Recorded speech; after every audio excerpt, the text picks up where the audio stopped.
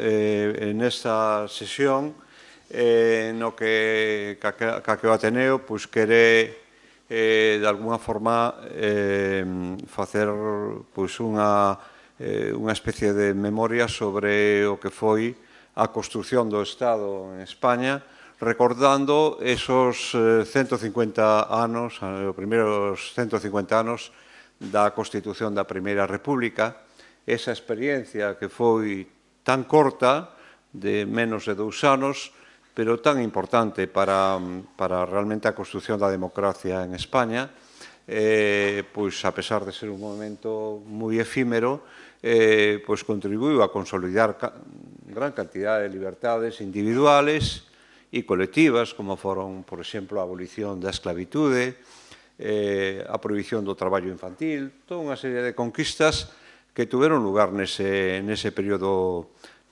histórico e que tamén, de alguna forma, supón un avance de cara á descentralización do Estado, e onde toda unha serie de figuras como Pi e Margall xogaron un papel importante dende o pensamento, dende realmente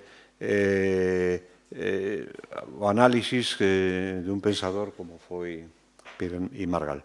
E nos para iso temos hoxe aquí a un ateneísta singular como é Ramón Maiz, que é catedrático da Universidade de Santiago, realmente é unha persona que xogou tamén un papel importante na formación na constitución desa Facultade de Ciencias Políticas, da que foi vicedecano e na que foi tamén decano durante 8 anos e da que levou a cabo unha labor investigadora moi importante. Fruto xustamente desa labor investigadora, hai toda unha serie de obras publicadas en galego, en castelán, da que podemos destacar no ano 2010 ese libro que foi tan importante, A arte do imposible, que foi realmente o primeiro premio Ramón Piñeiro de ensaio.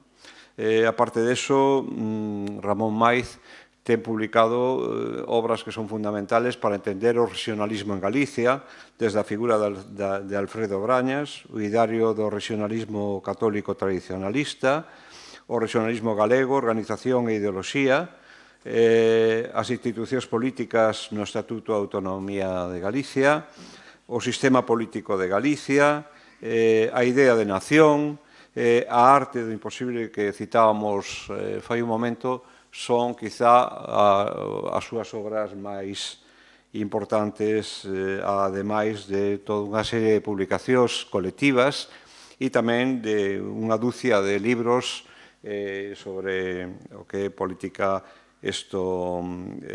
contemporánea en castelán.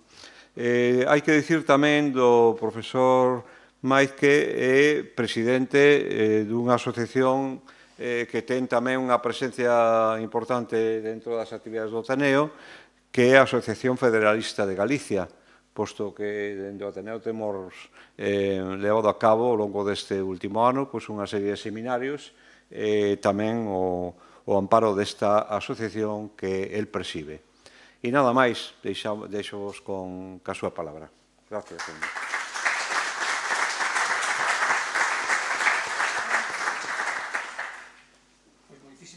Grazas pola tan amable e xenerosa presentación e pola oportunidade que se nos dá a Asociación Federalista de Galicia desde o Ateneo, nunha colaboración máis, a abordar e plantexar algúns elementos sobre o que significou a Primeira República e, nomeadamente, a súa posterioridade na obra de Pi e Margall. Por lo tanto, moitas grazas porque, ademais, estamos ante un tema que tradicionalmente foi mal estudiado en España e moi sesgado na súa interpretación política e ideolóxica, de tal xeito que, se me permiten, comezarei cunha cita que di o seguinte, referíndose a 1873. Eran tiempos de desolación apocalíptica. Cada ciudad se constituía en cantón, la guerra civil crecía con enorme intensidad, Andalucía, Cataluña estaban de hecho en anárquica independencia. Los federales de Málaga se destrozaban entre sí. En Barcelona, el ejército, indisciplinado y beodo, profanaba con horribles orgías, los templos. Los insurrectos de Cartagena enarbolaban la bandera turca. Dondequiera surgían reyezuelos de taifas y, entre tanto, la Iglesia española proseguía su calvario. Menéndez Pelayo, Historia de los heterodoxos españoles. É ben certo, pode dicirse que é unha interpretación extrema e especialmente cruda e apocalíptica, en propias palabras, da Primeira República, pero o feito é que tanto desde a dereita, a extrema dereita e a esquerda, este relato apocalíptico con diversas variantes é o que triunfou. Mesmo na historiografía clásica, moitas veces destílase unha sorte de desprezo por aquel momento, e anquera caso pasou ao resto da historia de España pois unha interpretación dominante na que os esforzos a prol da neutralidade relixiosa do Estado interpretanse como irrelixión e impiedade, onde a loita por un orden público civil non militarista interprétase sistemáticamente como crise de autoridade, onde a movilización popular devén anarquía e, no que aquí nos atinxe, república, é sinónimo de desorde, caos, e ata hoxe, e federalismo, unha peligrosa utopía que fractura a nación española. Non se trata, claro, de pasar da demonización pois a xeografía e a apoloxética, pero sí cuestionar esta interpretación que, insisto, nas palabras de Menéndez Pelayo son moi explícitas, pero mesmo na literatura española, si prestamos atención, lendo entre liñas, pues veremos como Pardo Bazán, sin ir máis lonxe, la Tribuna, pois fala de que non solamente querían unha república, la querían federal, onde Pérez Galdós, nos episodios nacionais, a serie quinta, pois mantén unha visión de uns políticos de escasa altura, etcétera, etcétera, tremendamente crítico tamén no que se titula, pois precisamente, a Primeira República, ou mesmo no que se titula Cánovas.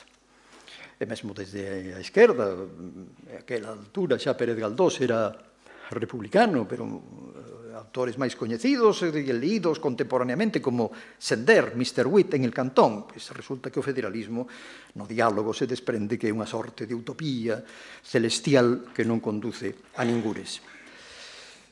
Quixera, nesta interpretación que lles vou propoñer para o debate, pois abordar algúns extremos que introduzan algo de mesura e de reflexión e que nos sirvan tamén críticamente para abordar tanto a experiencia da Primeira República como o seu efecto na elaboración teórica posterior de Pi Margall. Como tema é amplísimo, abordarei 4 aspectos fundamentais. En primeiro lugar, algunhas notas sobre o contexto da Primeira República. En segundo lugar, o contido, cais son os valores e o contido, as pretensións da Primeira República.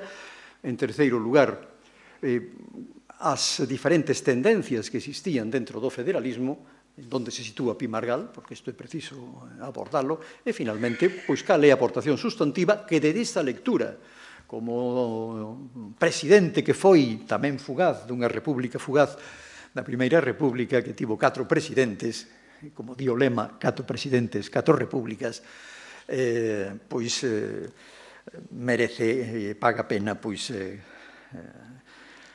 diríamos, contextualizar antes de abordar as razóns e os argumentos ben sofisticados, por certo, de Pi Margall. Comecemos, entón, polo contexto. 5 breves apuntes do contexto político desta Primeira República. Primeiro, unha constatación básica e fundamental. Non chegou por unha correlación de forzas favorable aos republicanos. Foi a crise da monarquía, a abdicación de Amadeo de Saboya. Os republicanos non estaban en condicións, ni polas súas divisións, nin pola súa forza, de plantexar esta alternativa. Foi a abdicación, a renuncia de Amadeo de Saboya, a crise da monarquía, que levará precisamente a que o propio Pi afirme que a República chegou a destempo. Dice, cando a nación decía él, estaba fatigada de 5 anos de loita, desde a Revolución do 68, o 69 ao 73. Segundo elemento, isto non é algo que aconteza en Europa, isto é unha ola de democratización moi variopinta que ten lugar en Europa despois do fracaso daquela outra ola que foi a de 1848, e que contra as ilusións de un moi novo Carlos Marx, pois non daría lugar á crise do capitalismo, senón realmente a unha represión brutal en toda Europa e a unha restauración da dereita con enorme forza. Como diría o propio Engels, a historia, en 1848, deunos un rotundo mentís.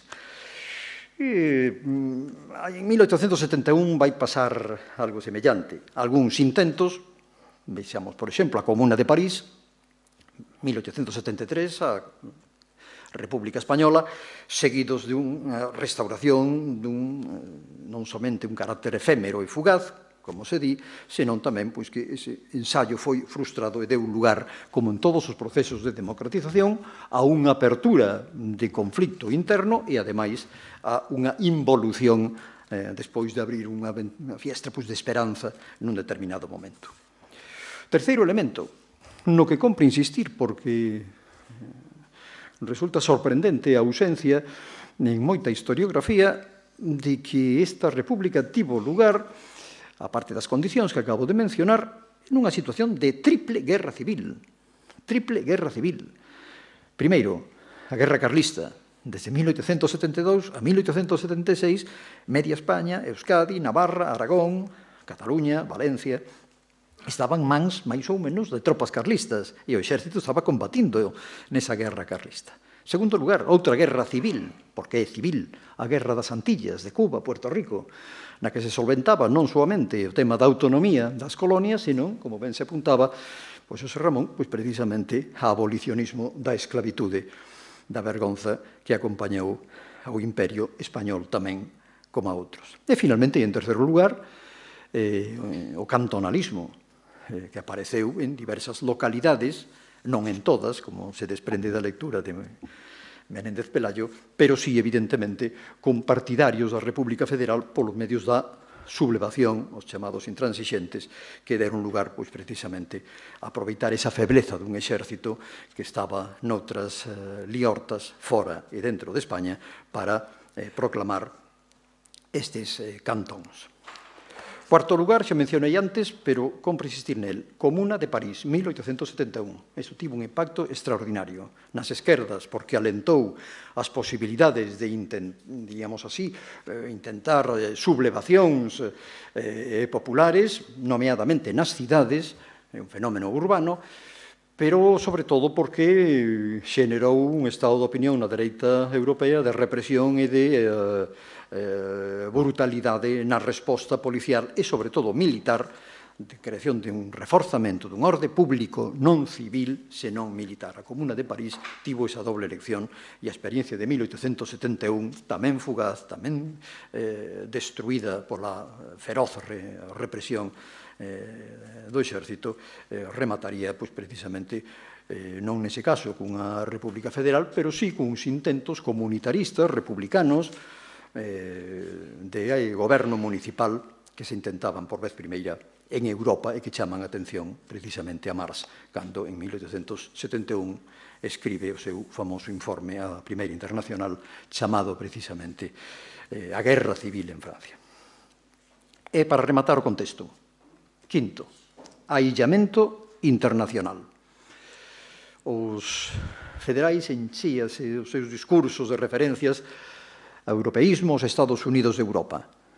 O que compre subliñar é que a Primeira República foi recoñecida soamente polos gobernos de Estados Unidos, de América e de Suiza. Punto. O aillamento internacional foi total e absoluto. E a inimiga radical de moitos países europeos aparecía todos os días nas declaracións oficiais e nos xornais. Este é o contexto. E nese contexto, decíamos, que contido, cais son os bimbios, a urda na que se tece pois esta Primeira República Federal. Pois son 4 fundamentais. En primeiro lugar, a cuestión do laicismo, da separación da Igrexa e Estado. Ás veces se prolongaba en anticlericalismo, a vida conta do peso político que tiña a Igrexa Católica, que non é somente unha forza religiosa, senón económica, malia desamortización e, nomeadamente, unha forza política actuante. A separación e a insistencia nun Estado laico é un elemento estructural e fundamental. En segundo lugar, a democratización. A loita pola democracia. Decíamos antes que isto forma parte, e hai que interpretarlo así, nunha vaga europea de procesos de democratización e, por certo, tamén de desdemocratización a vida conta das involucións que se produciron. E que quere dicir isto? Pois quere dicir varias cousas. Quere dicir, desde logo, a sustitución da monarquía pola república, pero non soamente. Democracia no seu doble sentido, de democracia representativa verdadeira, non clientelar e caciquil, como se usaba a sazón en toda España, e, ademais, con formas de democracia participativa do movimento popular, nos barrios, nas cidades, porque esta república tivo un componente urbano extraordinariamente importante, como dixen antes. Finalmente, por último, democratización quere decir tamén o valor da Constitución en primeiro plano. Os esforzos a prol de elaborar unha Constitución. A Constitución así chamada de 1873 non é tal Constitución, é un proxecto de Constitución que non chegou a aprobarse. Precisamente porque non deu tempo, a vida conta dos desafíos das múltiples guerras civiles que tiñan lugar en España. Pero a vontade de Constitución de establecer unhas reglas de xogo que vincularan ao legislativo ordinario é un elemento decisivo e fundamental deste intento da República Federal.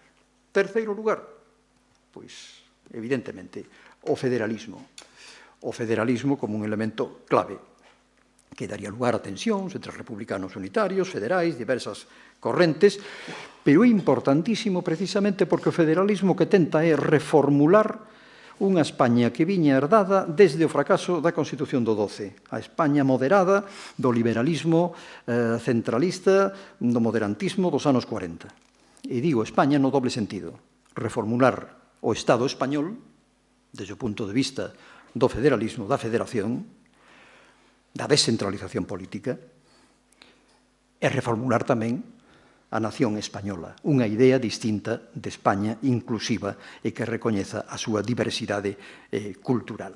Isto acenaba xa nos momentos dos debates fundamentais do federal, daquela que se chamou precisamente a Federal, a República de 1873. Finalmente, cuarto, un elemento importantísimo, que é a reforma, digamos así, as reformas sociais, o reformismo social, que se apuntaba tamén moi ben na presentación. Este é un elemento clave, non é un elemento secundario, accesorio ou marginal. Moitos dos conflitos, antes apuntábamos ao cantonalismo, son debedores precisamente do malestar social e das loitas sociais acubilladas durante moito tempo ao longo do século. Cando nace o cantonalismo non é ningún plan orquestado dos insurreccionais, sino que agroman diversas loitas con caracteres e reivindicacións moi distintas de Cartagena, Cádiz, pasando por Ferrol. Son reivindicacións diferentes, debedoras de loitas locais, e un dos elementos fundamentais é xa a aparición do movimento obreiro republicano e a exixencia de demandas sociais e non soamente de descentralización provincial, de democratización, senón evidentemente tamén nunha España miserenta da época a reivindicación fundamental de salarios dignos e outros direitos que logo comentarei de pasado. Por último, e antes de adentrarnos na obra de Pi, decíamos, terceiro elemento da introducción, correntes políticas federais. Porque decíamos 4 presidentes, 4 repúblicas, e evidentemente a visión da federación era moi distinta. E hai, alo menos, 3 grandes tendencias na primeira república que debatiron e se enfrentaron, mesmo a veces violentamente, entre sí. E cada unha delas disporía tamén dunha fugaz presencia en nas presidencias, na hexemonía, diríamos así, política de deputados nas Cortes. Primeira, diríamos, corrente, pois é unha mestura entre krausistas, seguidores da filosofía do alemán Krause, que en España, co seu organicismo, tivo moita sona, inexplicable, pero moita sona, a beira de Hegel ou Kant. Krause é unha figura menor, pero que se deu a man con sectores liberais, conformando así unha dereita da República Federal. E unha versión moi accidentalista da República Federal, tanto no que se refire á República, poderíase negociar unha monarquía constitucional, como tamén na Federación, unha federación tamén negociable da man dun republicanismo que remataría sendo unitarista. De feito, o republicanismo unitarista, compre recordar tamén o golpe de General Pavía en 1874, que deu lugar non foi a chegada da restauración, foi unha república unitaria que durou todo o ano 1874. A raíz deso, viría, eso sí, xa definitivamente Martínez Campos, outro general, e aí sí que nacería a restauración. Pero a República Federal deu lugar durante un ano inteiro a un intento dunha república unitaria que tamén fracasou da man de... Pasamos de Castelar cara a Sagasta. Por lo tanto, ese era o primeiro sector, diríamos así, a dereita. Salmerón, Castelar se integraban neste sector. Ambos os dous foron presidentes da Primeira República. A continuación, segundo grupo importante, os intransixentes. Estes sectores creían en dous extremos, ou ben no pobo humanidade, como falaban eles, o pobo humanidade, e dai pasaban directamente ás libertades provinciais e urbanas. Para eles, federar era xustamente construir gobernos locais, tanto en cidades como en provincias, ou cidades os seus contorna, e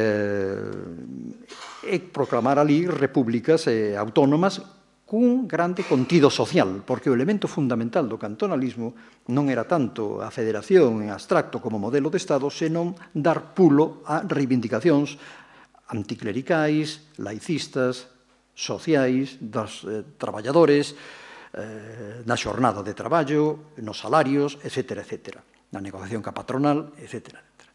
Este era o sector, diríamos así, encabezado por Orense ou por Sisto Cámara, Casalduero, en fin, Roque Barcia, que sería o cantón de Cartagena, sector intransixente, pero que plantou cara á República e todo lle parecía pouco, e daí esa calificación de intransixente, porque querían a República Federal xa, sin agardar polo proceso constitucional e parlamentario, como era o obxectivo da terceira corrente, ou corrente demosocialista, na que se inscribe Pi, tamén Fernando Garrido, autor absolutamente decisivo e fundamental, onde, diríamos así, a República se pretendía como República Obreira, pero ao propio tempo Pi insistía sempre é preciso levar adiante un proceso constituinte, que haxa unha constitución, crear un Estado de Dereito e non unha simple sublevación popular, porque isto é abrir as portas, primeiro, a unha violencia gratuita e desbordada e incontrolable, senón, ademais, a unha retroalimentación co exército e a represión, como así foi o caso dando ao traste ca República, pois se fixera falta ao exército moi en crise daquela, a vida conta que, como digo, estaba noutras dúas guerras, co carlismo no norte de España e en Cuba, nomeadamente, pois moi ocupado.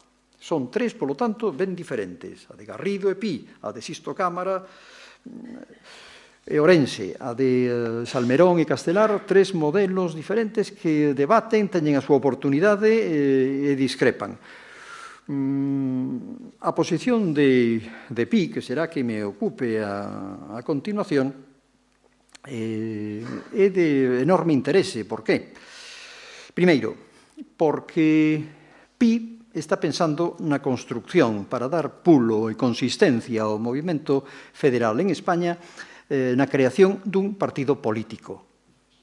Cando se fala dos partidos políticos, naquel momento están aparecendo en España, por certo, das man dos republicanos, o que é un auténtico partido político, é dicir, liderado, máis organización e, desde logo, programa. 3 componentes básicos e fundamentais. E Pi o que aspiraba era a reunir, dar a cubillo as diferentes tendencias, como, insisto, tendencias dentro de un partido, demócrata federal republicano, partido republicano federal español, que xa viña existindo desde 1868. Un partido que articulase o conxunto do país e, polo tanto, que isto constituíra unha dimensión clave e fundamental. E isto se traducía, en segundo lugar, como dixen antes, na aposta por un proceso constituinte de reforzar a democracia representativa, de ter un texto constitucional que limitara, que concedera, garantira dereitos e libertades e establecera a división de poderes, elementos os dous fundamentais dunha Constitución. E, en terceiro lugar, Pi aspiraba a algo fundamental. Para uns era timorato, para outros estaba de acordo cos intransigentes, as lecturas se multiplican, pero simplemente Pi estaba pensando no partido. Quería construir un partido e sabía que habería que dar a cubillo a diferentes tendencias democráticamente dentro desa visión federal. E dai que tendía pontes cara uns e outros sectores, cos demoliberais, pero tamén cos intransigentes. Finalmente, iso non foi posible. Cando foi presidente, estivo moi pouco tempo, mes e pico, na presidencia, precisamente porque se desbotaron as súas teses, diríamos, seguiría insistindo, porque aquí comeza outra historia que é justamente o legado de Pi Margall a partir precisamente do que aprendeu na experiencia da Primeira República. Pi Margall, que morreu en 1901, pois pasou o resto da súa vida escribindo, dando mítines, conferencias, publicando artigos na prensa, gozando dun enorme, dun inmenso prestixio intelectual na súa época, respetado por todos, certamente que a medida que nos achegamos cara ao fin de século con menos relevo político, pero grande relevo intelectual. Foi presidente fugaz, decíamos antes, dunha república fugaz e fuxiría, pero as súas reflexións, a parte das obras de xuventude, como La reacción e la revolución, teñen como pé precisamente a Primeira República. O seu libro La Primeira República, sobre todo o seu gran libro Las nacionalidades, sen dúbida a obra de pensamento político máis importante do século XIX en España. Absolutamente descoñecida en que ninguén lee, pero, sin embargo, tentarei amosar, pois ten, como as loitas de nuestros días, pero xa é máis, a lucha de nuestros días é máis divulgativa, pois ten un abano de ideas e de argumentacións de extraordinaria riqueza que mesmo son pertinentes non soamente para entender aquela época, senón tamén para entendermos a noso presente e ter, diríamos, un ideario federal, republicano federal, a altura dos tempos. Nese sentido, Pi é un clásico. A súa lectura non pasa de moda, non resulta escasamente debedora da súa conxuntura, senón que ten leccións extraordinarias para o noso tempo. Vamos, pois, con esta visión do republicanismo federal de Pi. Mesmo a cuestionamento desa expresión, republicanismo federal, como veamos. Seguirei, para elo, pois os 4 elementos que configuraban a República. Distinguirei a miña análise aos 4 elementos que falábamos antes. En primeiro lugar, laicismo, en segundo lugar, republicanismo, en terceiro lugar, federalismo e, finalmente, e en cuarto lugar, socialismo. Son os 4 componentes básicos que verteban o pensamento de Pi Margall.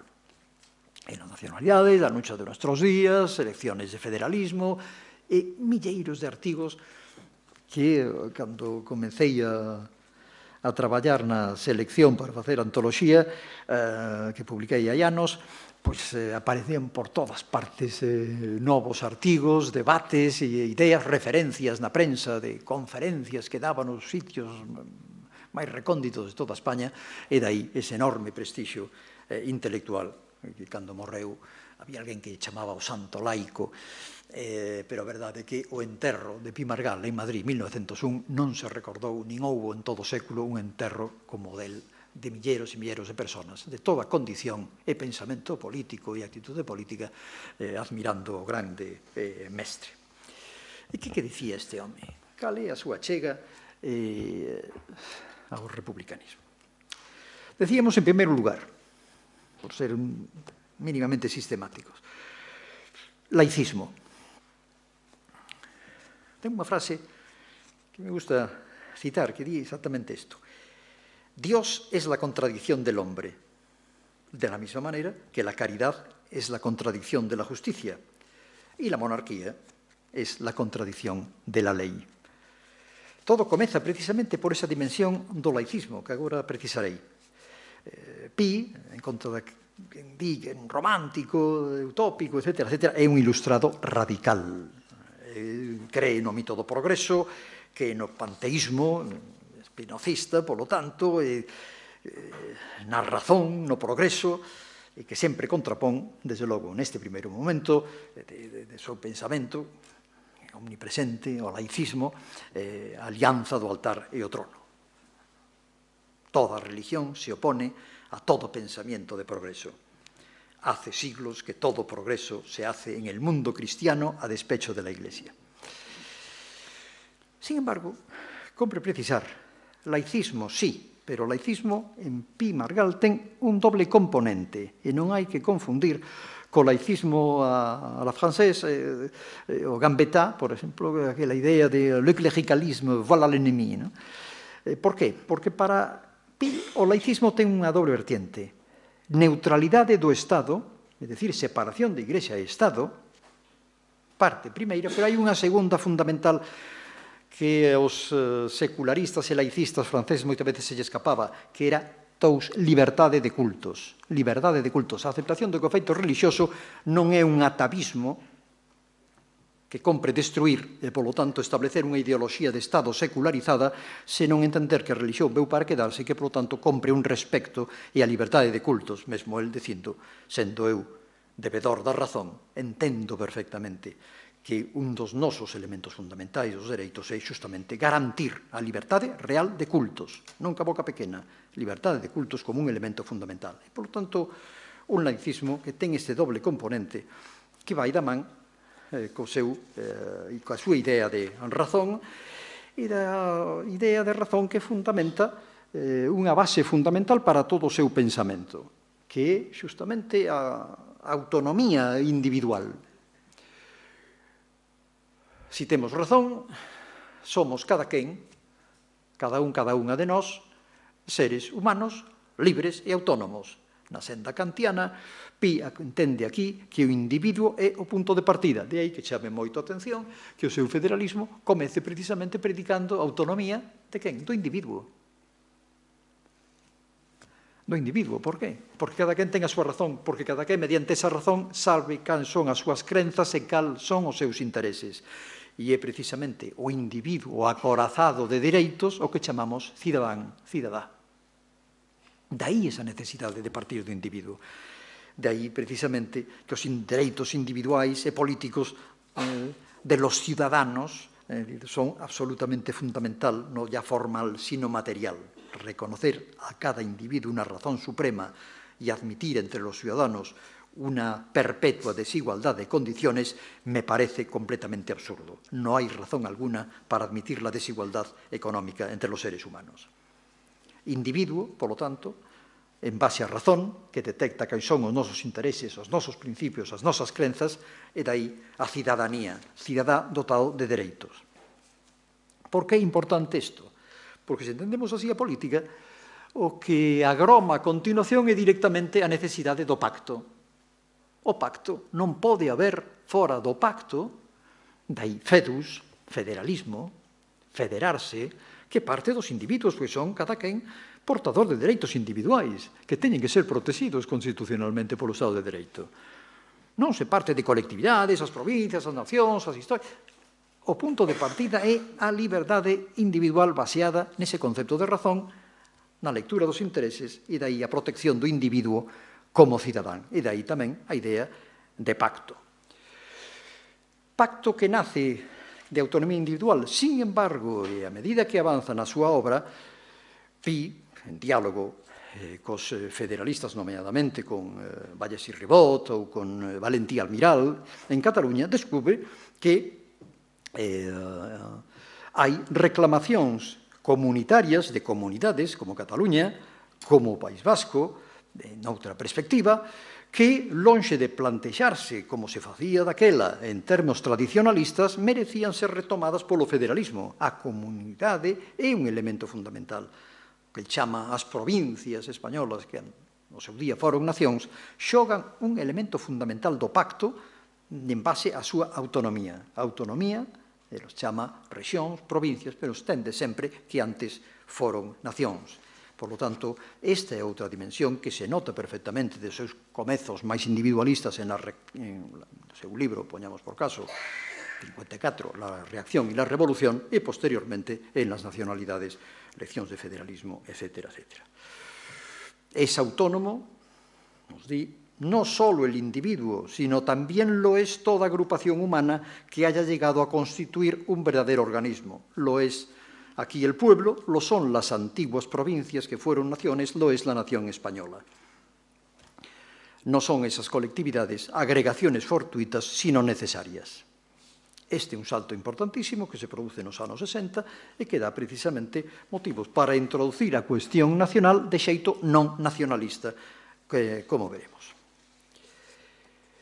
En que se traduce esta visión da autonomía, do individuo, dos dereitos, do pacto? Segundo elemento fundamental, republicanismo.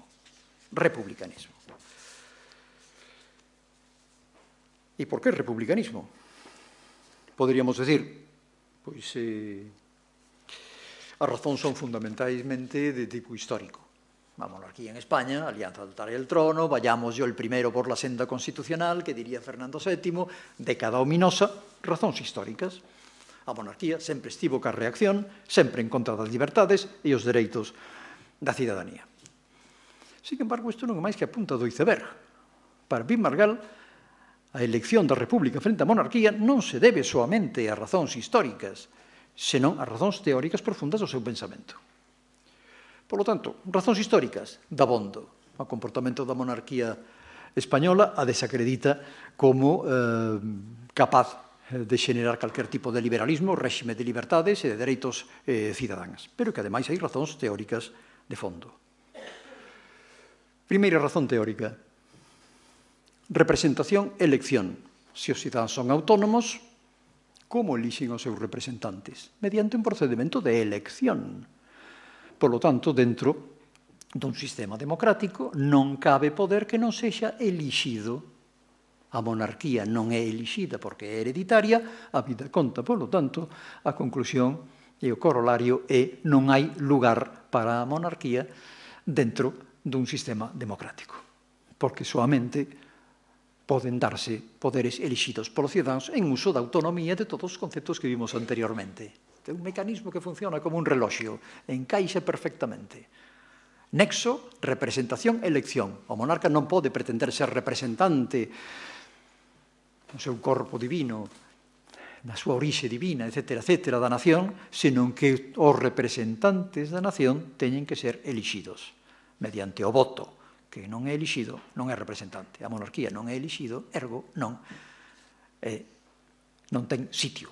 Hai unha destrucción teórica da monarquía na súa obra. Elemento absolutamente decisivo. Non hai lugar para poder non elixido. Pero hai máis razóns teóricas. Segunda razón teórica, a parte da histórica. Esta ten máis que ver ca igualdade. Decíamos antes, a igualdade dos cidadáns ante a lei. É o propio da monarquía non somente non ser elixida e hereditaria, sino que é o propio ser desigual. Inviolabilidade, só nos ven este problema.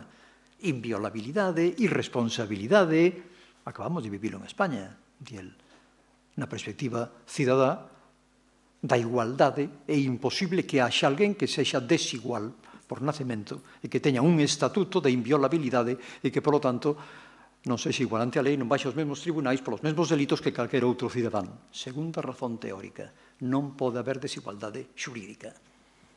Como di a Biblia, o machado na raíz do árbol. alaballa a monarquía. Por se fora pouco, aínda lle queda outro argumento teórico, a parte do histórico. E é, terceiro argumento, o poder político, mesmo republicano, ten que durar pouco. Este é un elemento fundamental nos debates do federalista norteamericano e en todas as repúblicas.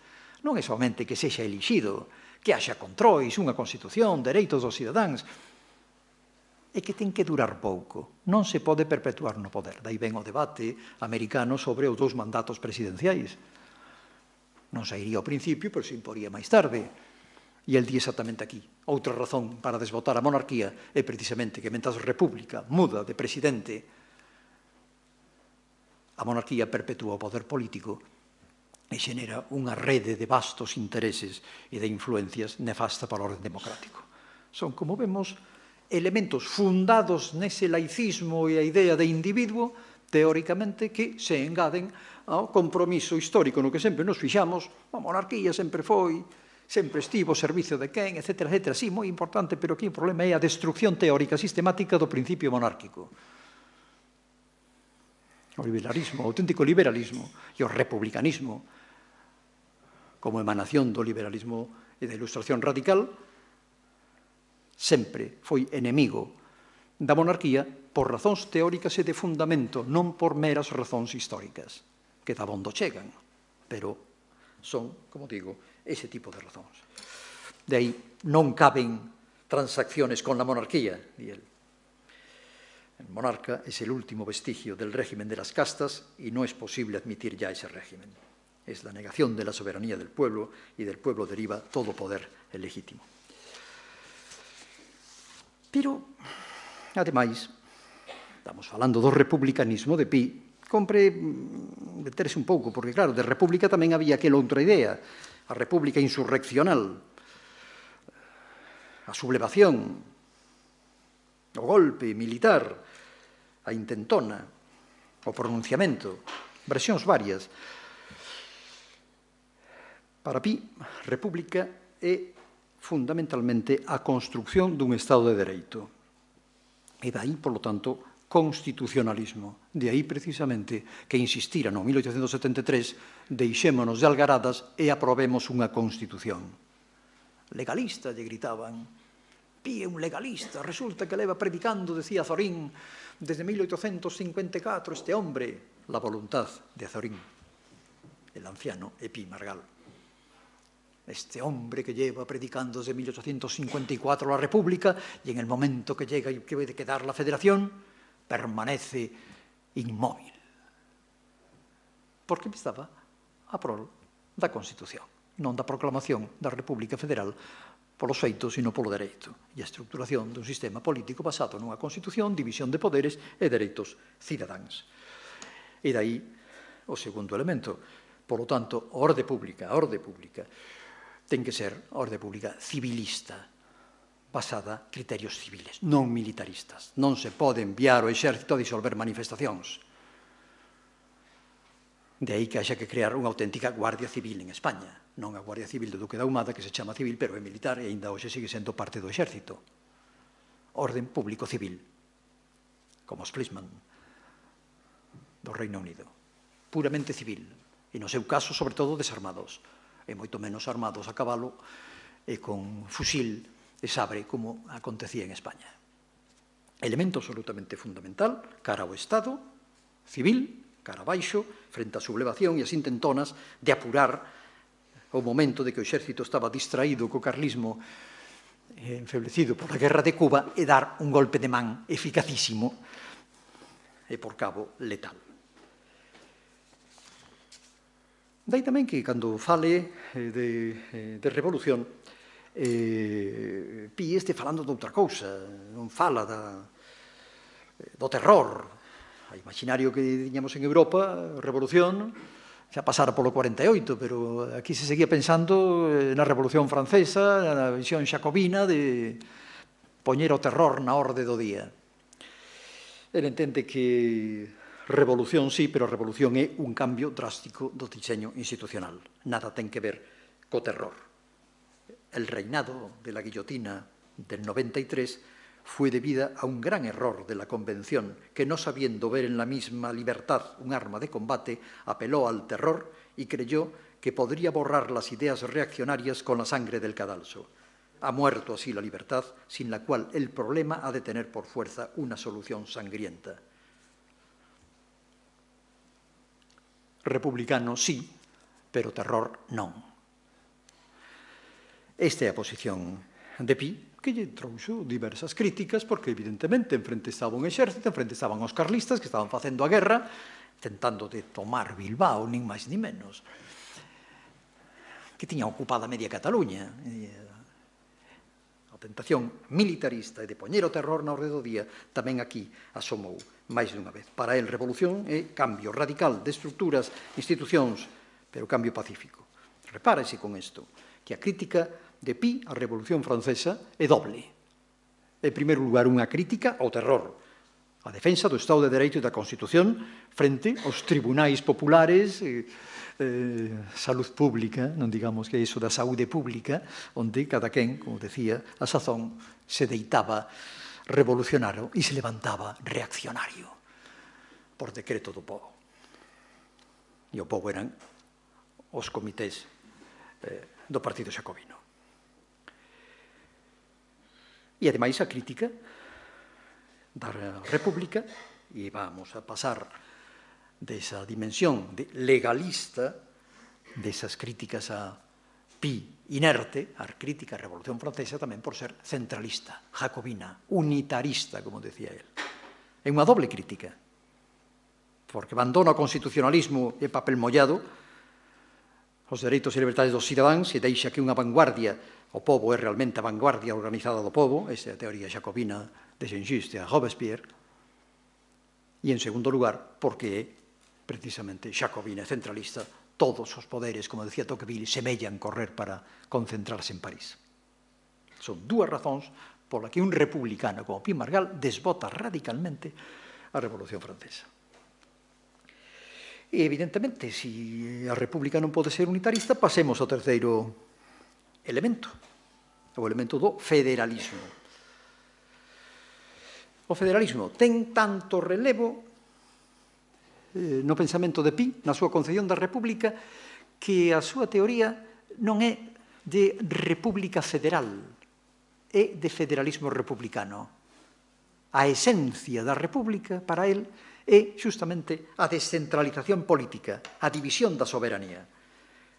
Unha república unitaria, para Pi Margall, isto é fundamental, non é unha verdadeira república, senón unha monarquía, di el, con gorro frixio, disfrazada, in disguise, con o gorro frixio. Isto tamén lle gustaba moito, por certo, a Blasco Ibáñez, esta metáfora.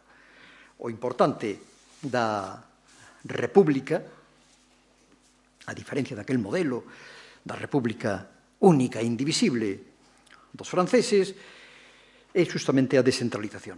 Lo que constituye una monarquía no es la existencia de un rey, sino la centralización política. La República Francesa del 48 no fue, en efecto, más que una monarquía constitucional con todos sus vicios y desórdenes.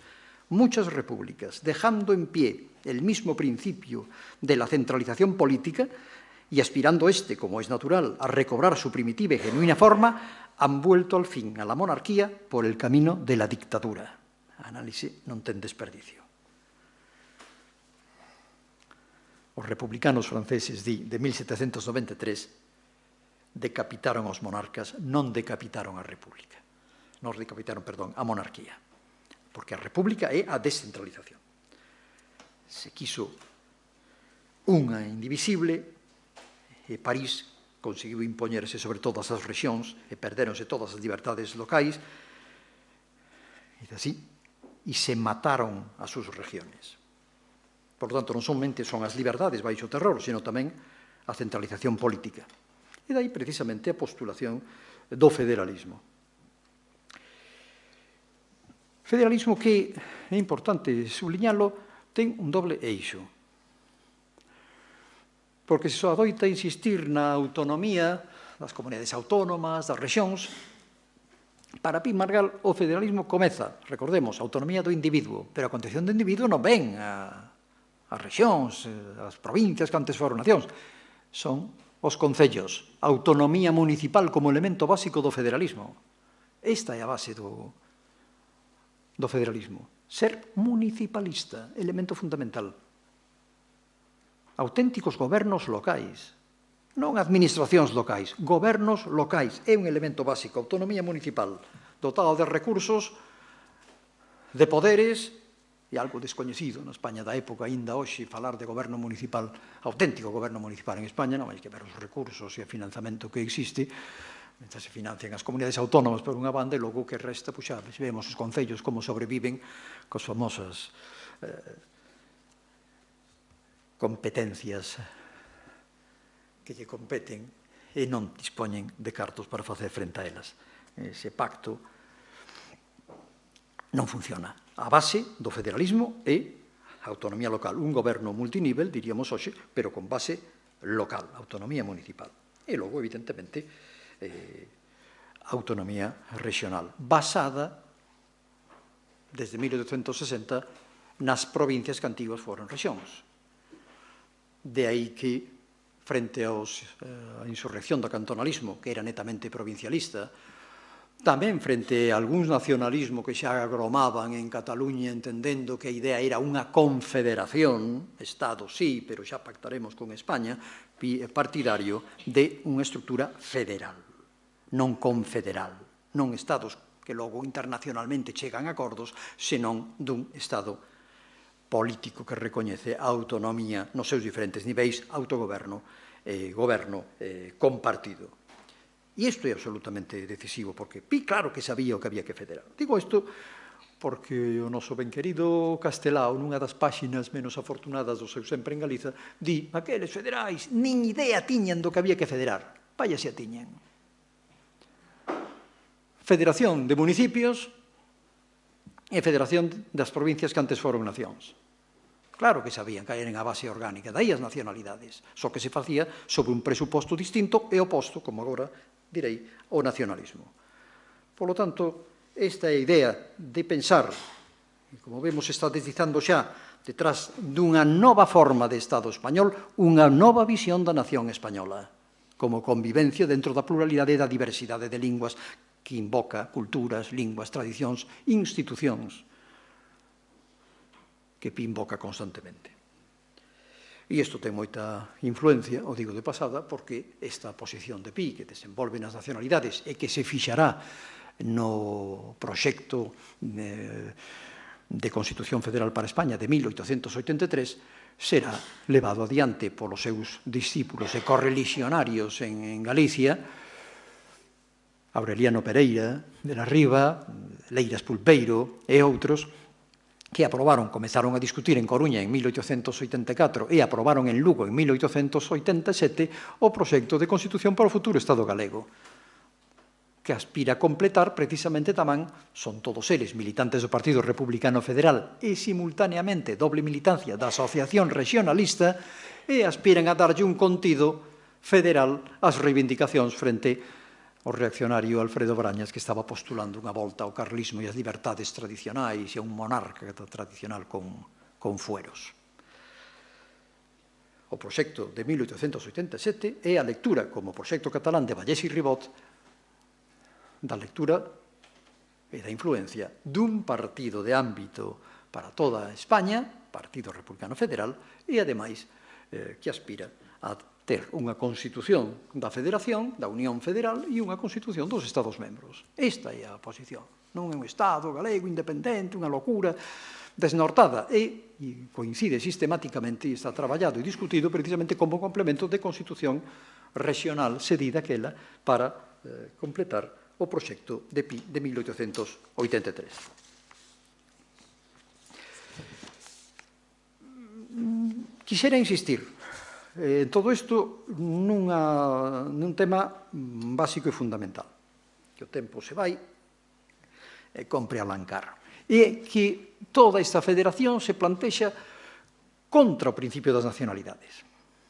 O seu libro, Las nacionalidades, Pode entender bueno, pois as nacionalidades é unha destrucción sistemática do principio das nacionalidades, do vocabulario da autodeterminación, a idea de suxeitos colectivos orgánicos creados e que veñen da historia e se remontan no tempo inmemorial para entender unha nación que ten, evidentemente, elementos e rasgos organicistas, diremos, sí, lingua, cultura, historia, valiosísimos, pero que se funda na conciencia nacional. Frente ao principio das nacionalidades, a súa linguaxe non é a autodeterminación, sino a codeterminación democrática. Temos que chegar a un acordo en España. A súa linguaxe non é a independencia, é a interdependencia entre os povos e todo, e sobre todo porque compre conseguir a igualdade material, non a igualdade da que falan algúns hoxe en día, a igualdade entre todos os españois, igualdade material. E iso require que todos poñamos en riba da mesa, porque así comezou o federalismo xa ni máis ni menos con Altusio. Elemento de solidaridade interterritorial sin o cal son imposibles políticas de benestar. Isto é o que introduce Pi Margall á altura dos anos 80. Por lo tanto, que quere dicir isto? Que o federalismo vai dirixido directamente contra o concepto sagrado que aínda hoxe nos sigue ateigando nosos discursos políticos, a soberanía. Non hai soberanía dentro do federalismo.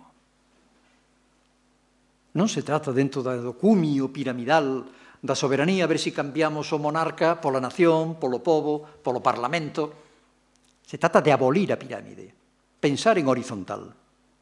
Non hai lugar para poder soberano algún. A soberanía está compartida, dividida, comeza polos individuos, teñen os seus dereitos, os concellos, teñen os seus poderes políticos, as rexións. Esta é a perspectiva, unha perspectiva, diríamos hoxe, en rede, horizontal, non piramidal. Por eso, a enemiga radical. Aquí non hai lugar para soberano algún. Soberanía, ni la del pueblo. Non hai lugar para un poder último, prístino, etcétera, etcétera. Todos os poderes están limitados pola Constitución, polo Estado de Dereito, e todos os poderes están limitados porque estamos nun Estado federal e hai competencias diversas entre a Federación, a Unión Federal e os Estados membros. Por lo tanto, poder ilimitado, indivisible, indelegable, características clásicas da soberanía, non son de recibo no modelo federal.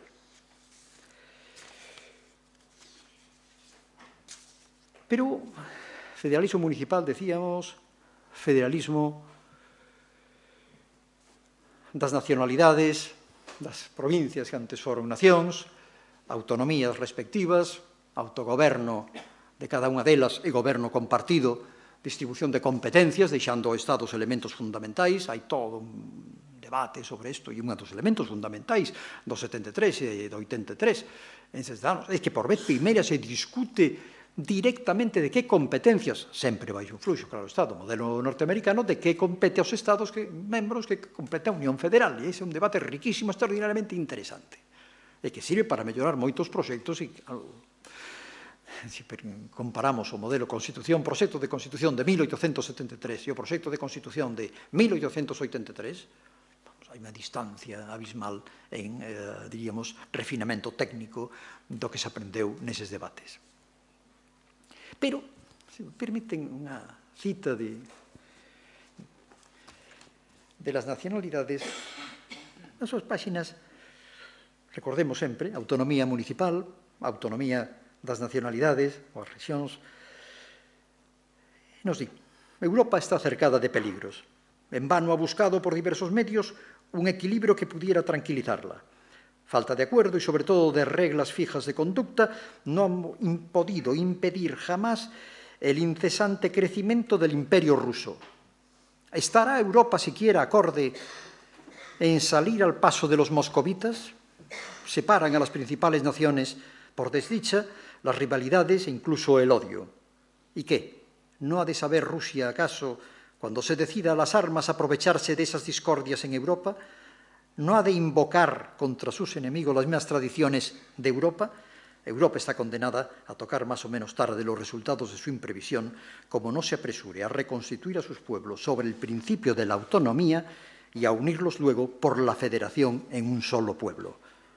Los recientes acontecimientos muestran una vez más que necesitamos cambiar de sistema y adoptar un principio que por su propia virtualidad reconstituya sin esfuerzo desde el último ayuntamiento hasta la misma Europa.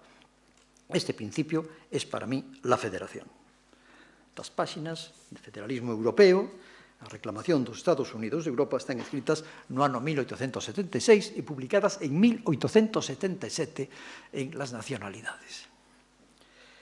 Federalismo, polo tanto, a nivel local, federalismo a nivel provincial das que foron nacións e federalismo europeo.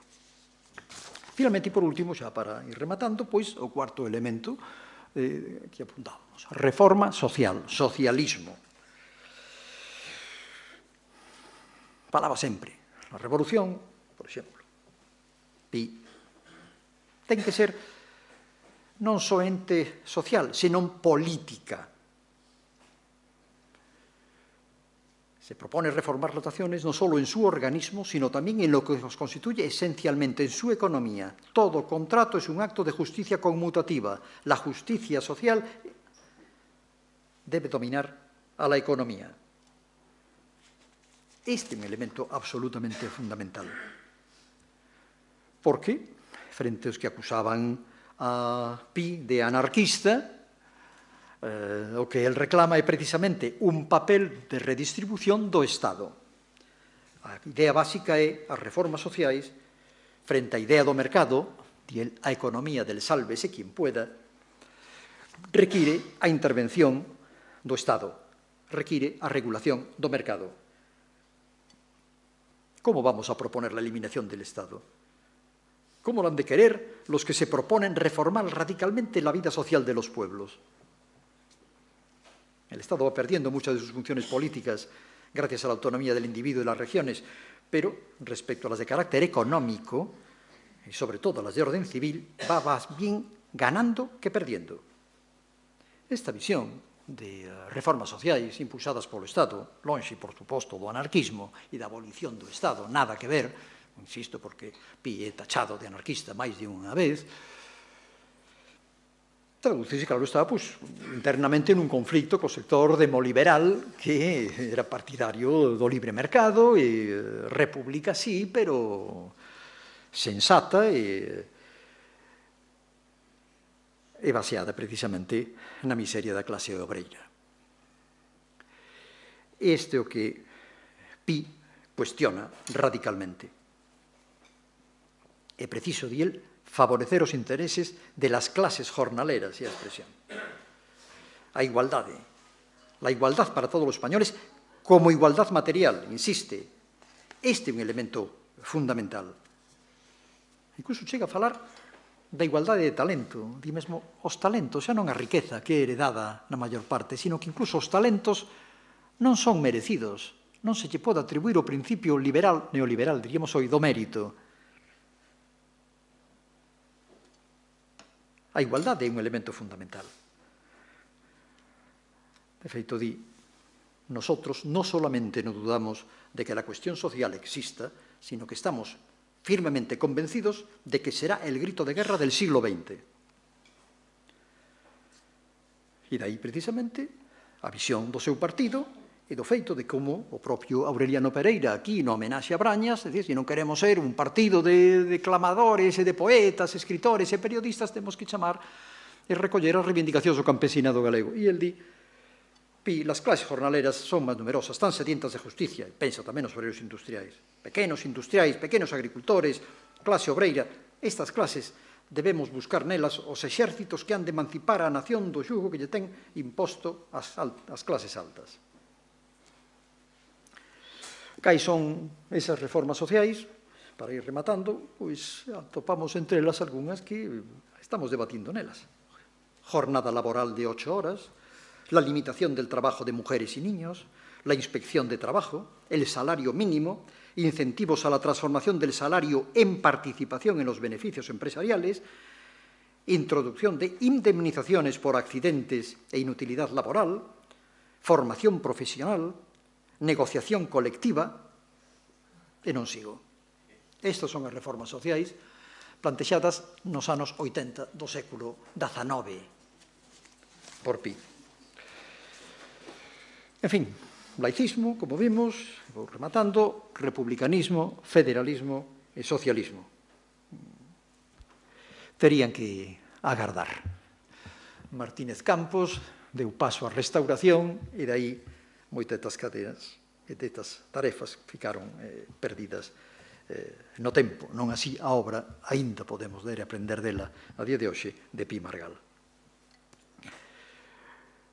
Decía Benito Pérez Galdós, en este estado de pérfida legalidad seguiría viviendo nuestra nación año tras año hasta que quizás otros hombres, otras ideas nos trajeran la política de la verdad y la justicia, gobernando no para una clase escogida de caballeros y señoras, sino para la familia total que goza y trabaja, triunfa y padece, ría y llora en este pedazo de tierra desolado y feraz, caliente y frío, alegre y tristísimo que llamamos España. Pero por cabo, e xa remato, como decían aquelas aleluyas federales de 1873, sen ver o seu ideal realizado, morre o federal honrado. Moitísimas grazas.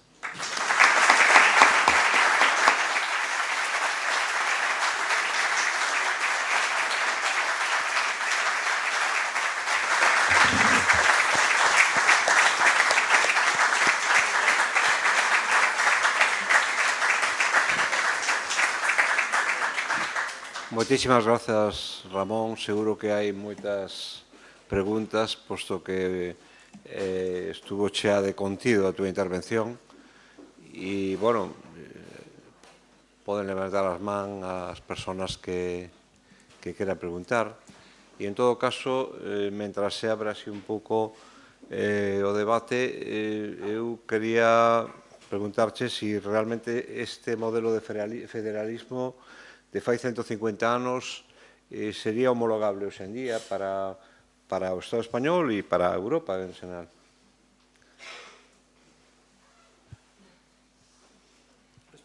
Sí.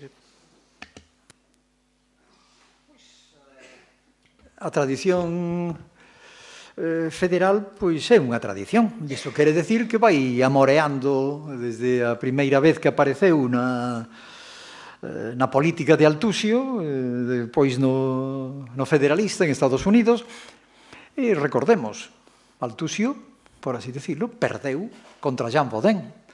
A teoría do federalismo perdeu nos feitos contra a construción dos estados nacionais soberanos en Europa. Jean Bodin, o concepto de soberanía, primeiro en forma preestatal, posteriormente en forma estatal, sería o gañador. Certo que foi unha vitoria que durou até que chegou a República Federal Norteamericana, a República Composta. Todo o mundo daba por perdido durante un século, ata que, de repente, 13 colonias nos Estados Unidos darían lugar aos Estados Unidos de Norteamérica, 13 colonias inglesas. É dicir que esta é unha tradición longa, unha tradición que en Europa proseguiu os seus itinerarios, en Alemania, en Suiza, de tal xeito que o que temos é un continuum de debates que non somente informaron diríamos así, estas propostas de constitución de todo o século XIX español, senón ideas utilísimas para hoxe en día. Esa vinculación, ademais, neste caso concreto de Pi Margal, con a visión de reforma social e socialista, pois quer dicir ten que, se o federalismo non se cumpriu, a dimensión social ainda menos. É dicir, é unha loita de todos os días na que estamos inmersos. Que acontece? Entre tanto, que a fórmula federal non debía ser tan mala cando na actualidade o 65% da poboación mundial vive en sistemas federais, de diverso tipo, pero sistemas federais. De tal maneira que compre que, digamos, o federalismo non é unha excepción, é a regla. Hai máis países en estructura federal que países unitarios centralistas. Como temos obsesión francesa, pensamos que isto é unha locura, un salto no tempo, unha utopía peligrosísima, e é o que se practica en medio mundo. E se vamos polo PIB, desde logo, os países con máis Produto Interior Bruto, si que nos vale ese indicador hoxe en día, tan cuestionado, ben cuestionado polo demais, pois son maioría. De tal maneira que isto son parte dunha tradición. E a tradición non somente ten ese aspecto, sino que como federalismo é un movimento, si perdemos as raíces, si non leemos a Pi Margall, si descoñecemos de onde ven todo isto e nos creemos o relato de que a Primeira República foi un desastre e temos numerosos libros que saíron recentemente volvendo a insistir no mismo. Claro que hai outros dos historiadores que teñen traballado sobre isto que plantexan outra alternativa, Suárez Cortina e outros, pero esa idea nos leva a desbotar isto como, bueno, pois un señor abstracto, o Hegel, o santo laico, aquel Pi Margall, etcétera, etcétera. O movimento político requere frecuentar a tradición, ser conscientes de que vimos, que temos un pasado, de que hai unha serie de ideas, unhas máis debedoras do seu tempo, outras, sin embargo, vexase o federalismo europeo, que houve que agardar a Spinelli e aínda hoxe pois acaba de aprobar o outro día un novo manifesto de Ventotene da Unión Federalista dos Federalistas Europeístas. É dicir, que están en pleno vigor. Por lo tanto, como resposta, sí, isto ten moito que ver con o noso presente porque, sin ver o seu ideal realizado, morreu o federal honrado.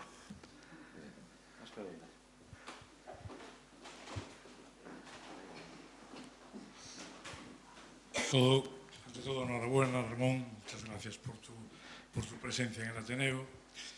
Yo, si no entendí mal, Pi Margall no estaba de acuerdo con llamarle una república federal, sino que él apoyaba un federalismo republicano, fundamentalmente porque, bueno, decía que la república federal podría ser como una monarquía. Pero claro, la monarquía en aquella época era lo que planteaste. Mi pregunta, un poquito, en fin, como reto, ¿sería posible hoy un federalismo monárquico en la actualidad? Vamos a ver, posibles son moitas cousas, habida conta de que faremos de monarquía si baleiramos a monarquía de contido e deixamos reducida a un papel secundario. Non é o noso caso, onde o monarca é o defensor da unidade da nación e a máis é o xefe supremo dos exércitos, co cal estamos a falar de outro tipo de monarquía. O que sí é claro é que para Pi Margall, diríamos, a monarquía ten eses gravísimos problemas de fundamento que son incompatibles cunha democracia, pero ele insiste en que se seguimos o modelo republicano unitario acabamos incurrindo en presidentes republicanos que realmente son monarcas.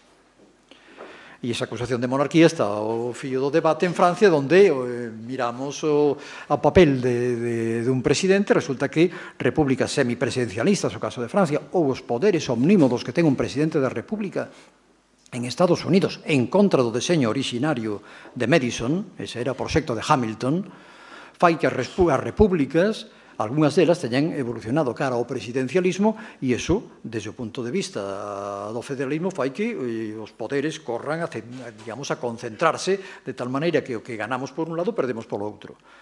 O que insiste Pi é dicir, cuidado con repúblicas o modelo jacobino, porque están basadas no terror, na imposición do terror, en Fouché masacrando os cidadáns de Lyon cando se opoñen, o exército en La Vendée asesinando a milleiros de campesinos que estaban en contra da República e, en segundo lugar, porque esa centralización acaba a imposición modelo jacobino, prohibición das linguas, a imposición, por decirlo, la ley Grégoire, en 1793, Convención de París, il faut anéantir le patois, hai que acabar con todas as linguas en Francia que non sean el francés, a lingua d'Île-de-France.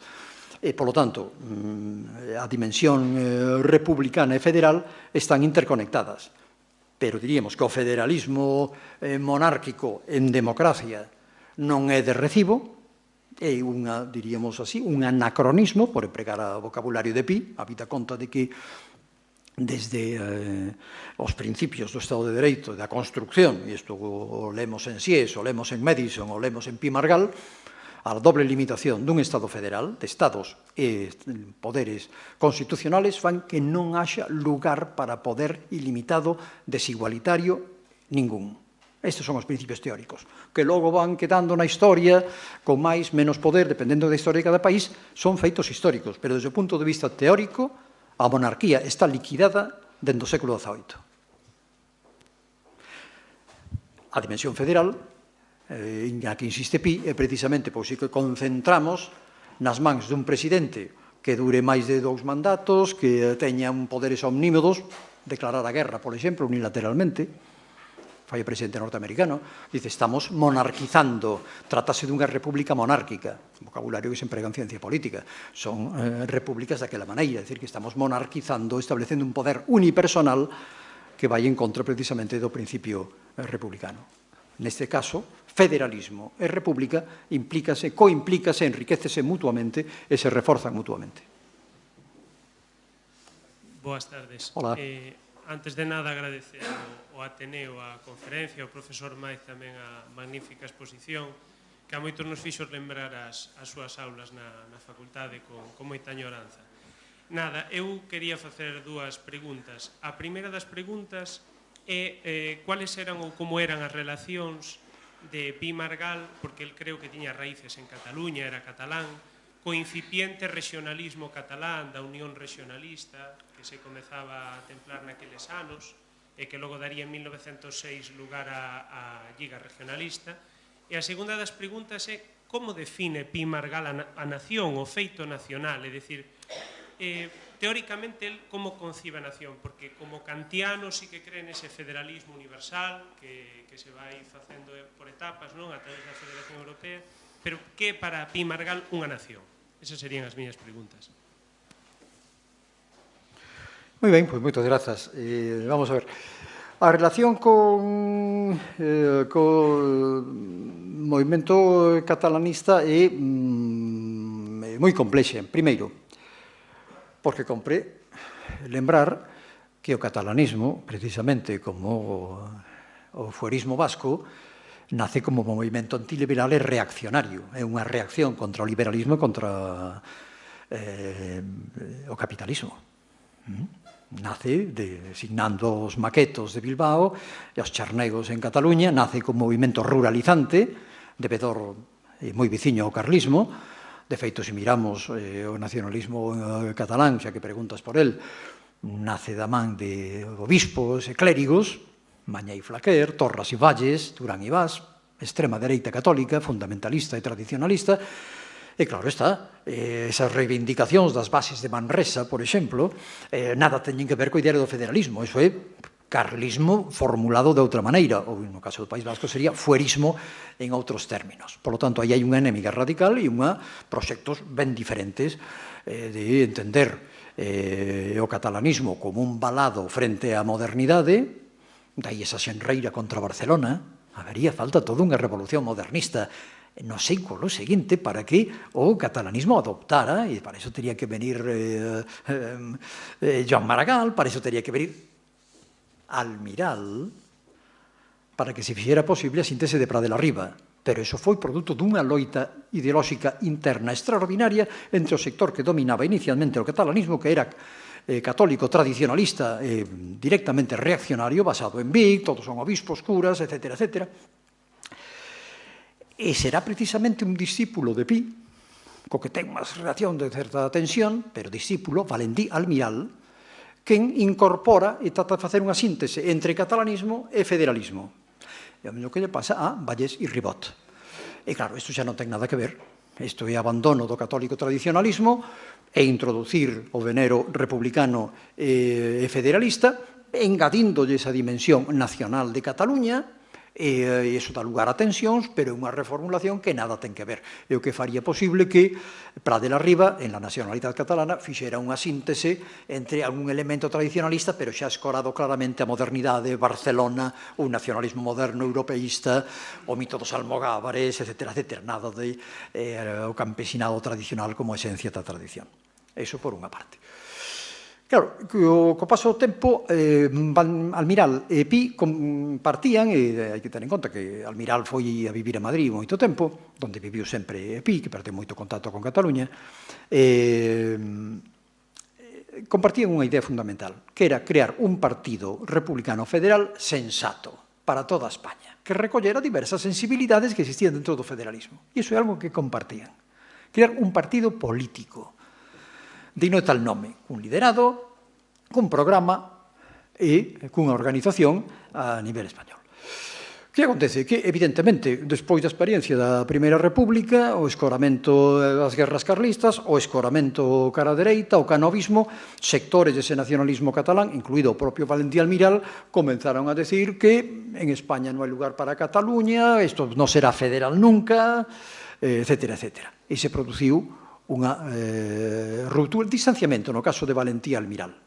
Teníamos en conta que todavía nos finales dos anos 80 Vallés e Ribot estaba militando no Partido Republicano Federal de Pi e publica unha constitución para el futuro Estado catalán, para el futuro Estado catalán, que idéntica que tiña aquí Aureliano Pereira a que se votou en Lugo, só que acentuando un pouco máis os aspectos, diríamos, da nación de Cataluña, pero aspiraban todavía a manterse dentro do grupo do federalismo do republicanismo.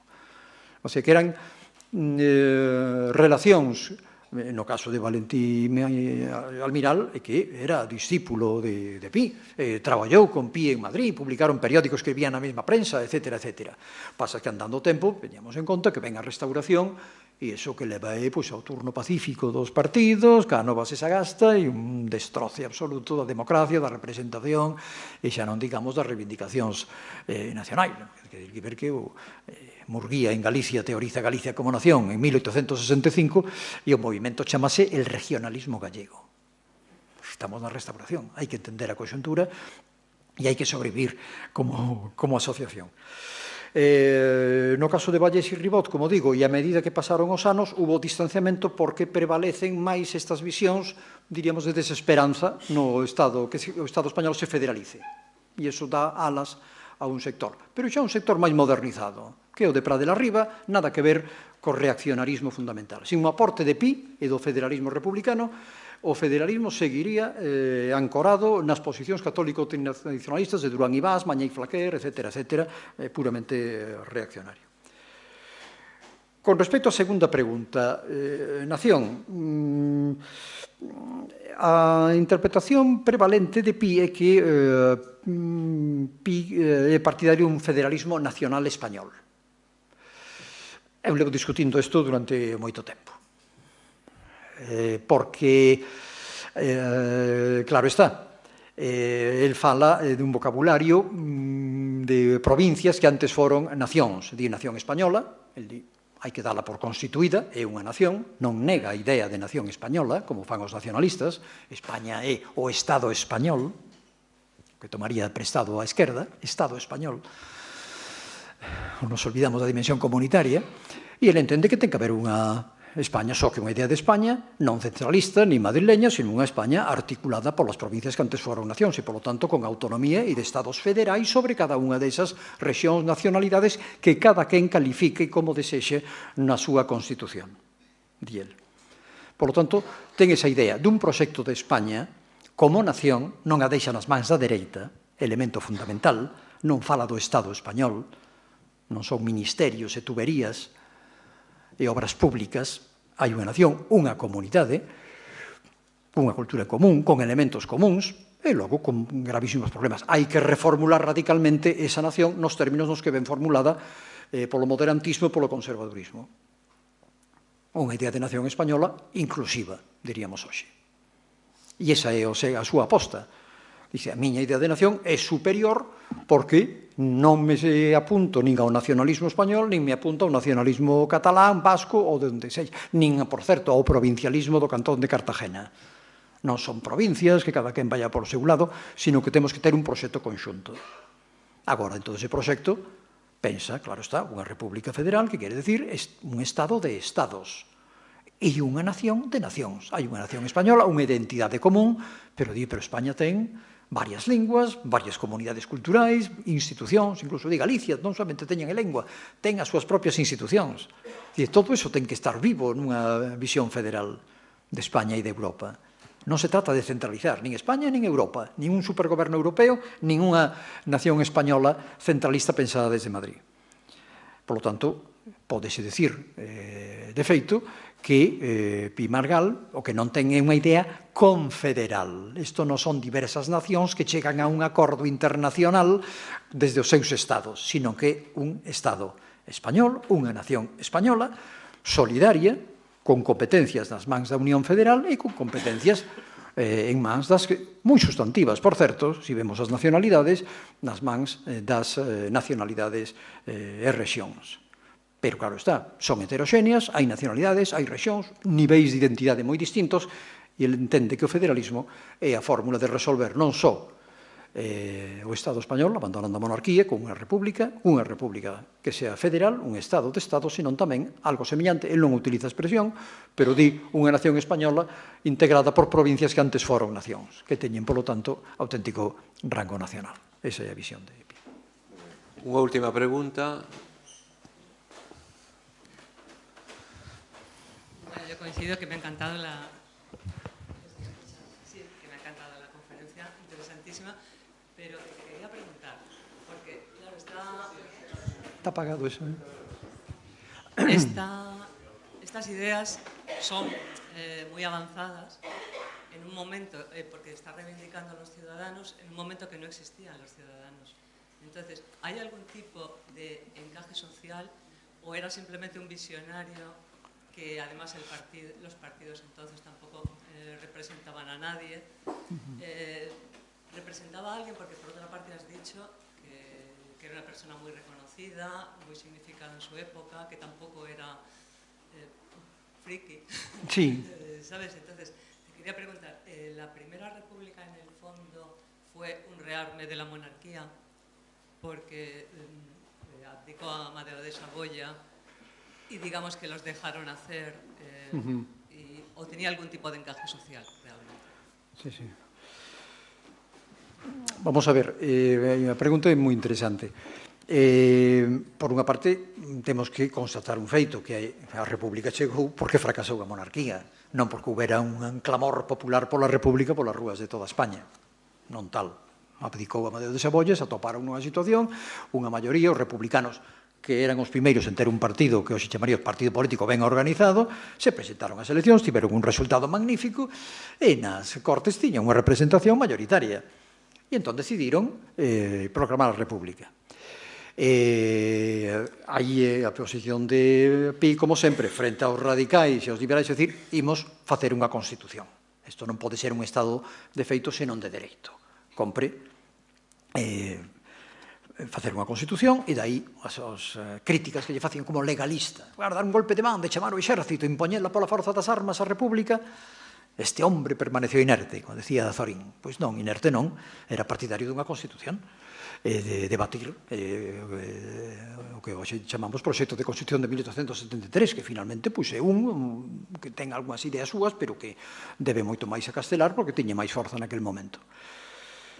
Sobre se respondía alguén, claro, é que o problema é que a República acumula e é resultado dun proceso de democratización. Primeiro, son os republicanos os que ganaron as eleccións. En segundo lugar, son republicanos os que están defendendo os dereitos da clase obreira, que nace precisamente vinculada a moitas reivindicacións da clase obreira.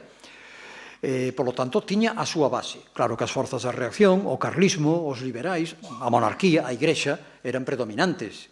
Foi tanto un espellismo e esa fugacidade da República se debe a que a correlación de forzas era moi desfavorable, máxime, non o dixe antes, pois non somente que había tres guerras civiles, e que ademais o que había era unha ruína financiera da monarquía, non había unha cadela para nada, estaba arruinado.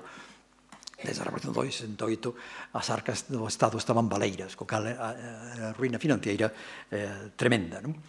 O que pasa é que temos que entender, penso eu, desde o punto de vista da perspectiva dos republicanos e de Pi en concreto, que esa idea da autonomía do individuo que ben se apuntaba antes, entende que a cidadanía non é algo que, diríamos, é o culmen de un proceso de nación de cidadáns, senón que a cidadanía se fai. É dicir, que as movilizacións populares, a loita na rúa, as folgas, as demandas, o traballo parlamentario, as eleccións, todo eso son dimensións de democracia representativa e participativa que construen e fan os cidadáns. Os cidadáns e as cidadáns non nacen por ensalmo, se fabrican, nacen, se melloran precisamente na práctica dun sistema democrático. Claro, se non hai práctica de sistema democrático, ou este se falsea como na restauración, o nivel da cidadanía vai debecendo e acaba sendo caricatura de si mesma. pero a aspiración de boa linguaxe republicana é que a cidadanía se forma precisamente mediante diversas formas de participación e de implicación política. Unha delas son as eleccións. Podemos ir a outras, son as manifestacións na rúa en demanda de salario, de número de horas e de suba de salarios. Outras moi importantes son, remato con isto, ateneos, clubs, casinos republicanos, desde os que se espalla, se discute, se debate os proxectos de constitución e as ideas republicanas. Todo ese tecido, esa rede organizativa da sociedade civil forma unha chega fundamental do republicanismo que chega a todos os días. Poñer en valor os políticos do século XIX, que é un século moi complexo, pero que loitaron moito por cambiar, abandonar as pautas do antigo réxime e construir un Estado de Dereito, etc. Eu realmente admiro. Quería preguntar, en que autores estranxeiros ou en que estados xa federais se inspirou Pi Margall? Hai algún... Había nese momento xa había estados federais. Entón, a que estado, digamos, foi de inspiración e en que autores ese concepto de soberanía individual, etc.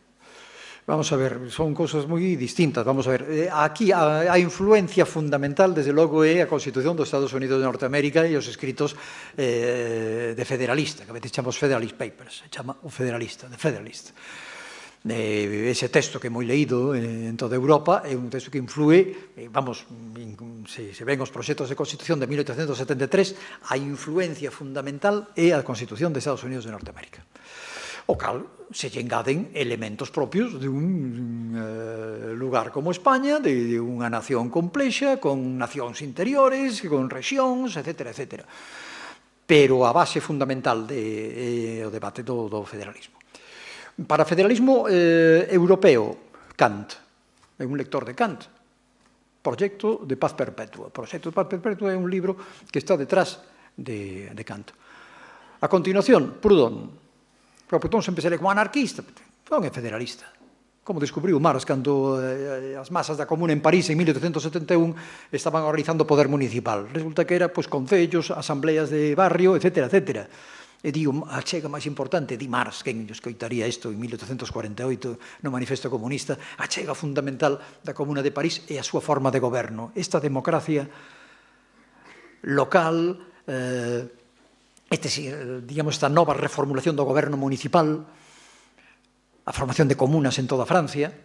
Amigo, pero que isto non o decía Marx, que isto ven de Proudhon, aquel do que Marx escribira Miseria de la filosofía, en resposta á súa filosofía da miseria, do cal se ría e consideraba como un pensador de segunda, pero Proudhon era moi influente. Por qué? Porque pensaba precisamente na federación, nos poderes municipais, no goberno, na autoorganización dos barrios, etc., etc., frente a xerarquía e a verticalidade. Por tanto, son autores varios. Nomeadamente, Kant, Proxecto de Paz Perpetua, a idea de federalismo europeo, etc., etc., que entronca con esa tradición que ven de Althusser, Kant, etc., etc., federalismo norteamericano, e logo, claro, coñecemento dos autores franceses, pero os autores franceses o que se escolle sempre é autores do anarquismo, non en canto teñen a acabar co Estado, senón de libertades locais, poderes municipales, autoorganización da clase obreira, municipalismo, que isto é un elemento fundamental, Kropotkin, pero sobre todo nomeadamente Proudhon. Son as súas fontes fundamentais. Bueno, pois moitísimas grazas ao profesor Maiz por esa conferencia magistral que acabamos de explicar. Queremos entregar en nome do Ateneo Agasallo Institucional, que aquí ten.